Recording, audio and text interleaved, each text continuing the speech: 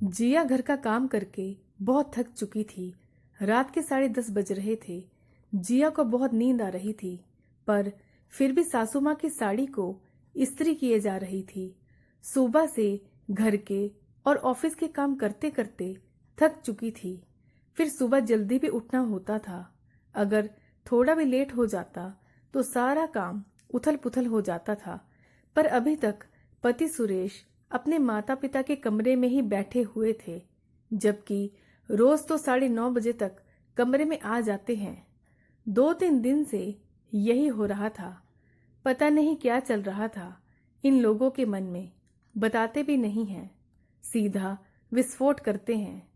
जबकि सुरेश को अच्छे से पता है कि जब तक वो कमरे में नहीं आ जाता जिया सो नहीं सकती, क्योंकि सासू माँ तब तक उसे कोई ना कोई काम में लगा ही रखती हैं। अभी ज्यादा कुछ नहीं तो कपड़े इस्त्री करने के लिए लगा दिया, जबकि कपड़े इस्त्री वाले से इस्त्री कराए जाते हैं। पर पता नहीं क्यों आज ही सासू माँ ने यह कपड़े इस्त्री करने को दिए। जब भी उन्हें किसी काम की भूमिका बनानी होती है या फिर जिया से कोई काम निकलवाना होता है, तो फिर वो इसी तरह के काम करती है। हमेशा सुरेश के कंधे पर बंदूक रखकर चलाती हैं। पिछले 1 साल में जिया को ये अनुभव हो चुका था। पता नहीं अब किस चीज की भूमिका बनाई जा रही है।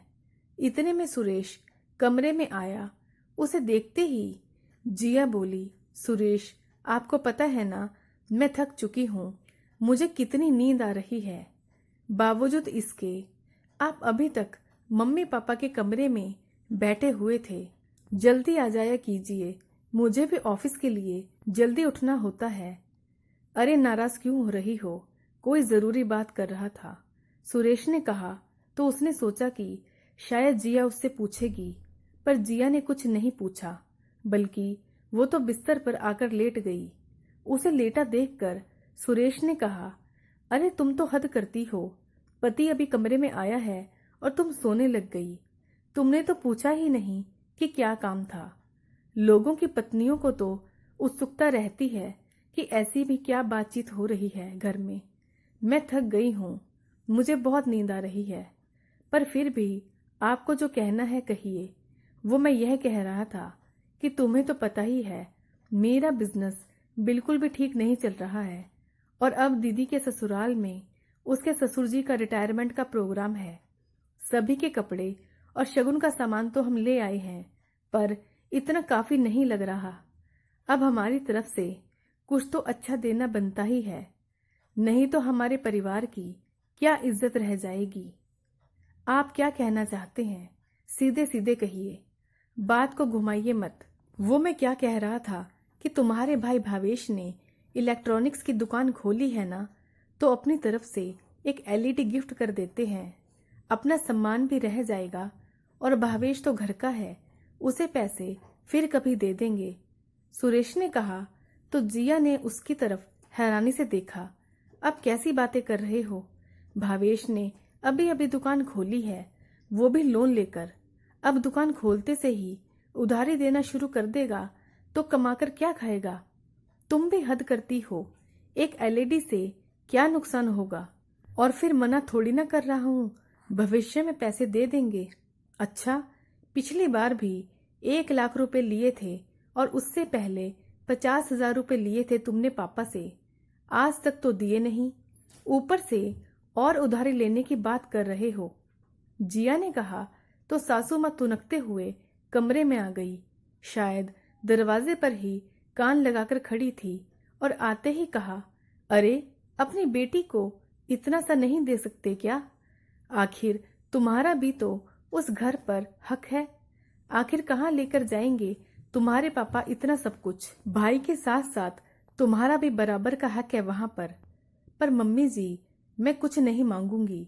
अब मुझे मांगते हुए शर्म आती है, क्योंकि पिछले 2 बार का भी हमने अभी तक लौटाया नहीं है। क्या फायदा अपने पैरों पर खड़ा होने का, जब पैरों पर खड़ा होकर उनके सामने हाथ फैलाकर हम चुका ना पाए, जिया ने कहा। तो सुरेश बीच में ही बोला, अरे तुम्हारे पापा के पास क्या पैसों की कमी है? इतना सा नहीं दे सकते क्या? दुनिया के सामने तो खूब पैसे वाले बनते हैं। बस करो सुरेश, मेरे पापा के पास कोई अलादीन का चिराग नहीं है जिसे जब चाह घिस कर पैसे निकालकर तुम्हें दे दें। पैसा कमाना पड़ता है, मेहनत करनी पड़ती है। बड़ी जुबान खुल गई है तेरी, हमें दोष दिखा रही है। अपनी बेटी के ससुराल हम क्या खाली हाथ चले जाएं?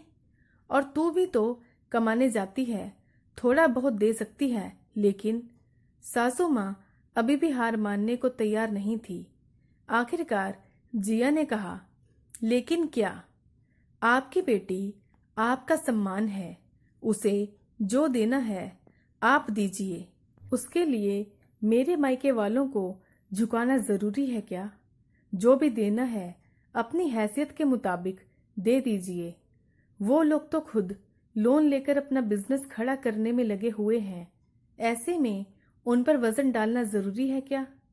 और रही बात मेरी कमाई की, तो पहले मैं मेरे मायके वालों का कर्जा चुकाऊंगी ताकि सिर उठाकर जा सकूं। स्वाभिमान जिंदा है मुझ में अभी, उसके बाद ही मुझसे उम्मीद कीजिएगा। अब मुझे माफ कीजिए, मुझे नींद आ रही है। मैं अब इस विषय में कोई बात नहीं करना चाहती। जिया का स्पष्ट रुख देखकर आगे किसी की बोलने की हिम्मत नहीं हुई। आखिरकार जिया की नंद के प्रोग्राम में शगुन और कपड़े ही गए और कुछ महीनों बाद जिया और सुरेश ने मिलकर उसके पापा के सारे कर्जे चुका दिए। दोस्तों, अगर आपको मेरी पोस्ट पसंद आए तो प्लीज़ लाइक और कमेंट करना बिल्कुल ना भूलें। ज़्यादा से ज़्यादा लाइक करें, शेयर करें और अपना कीमती समय देने के लिए आपका बहुत बहुत धन्यवाद। अभी तक अगर आपने मेरे चैनल को सब्सक्राइब नहीं किया है तो प्लीज़ मेरे चैनल को सब्सक्राइब कीजिए। धन्यवाद।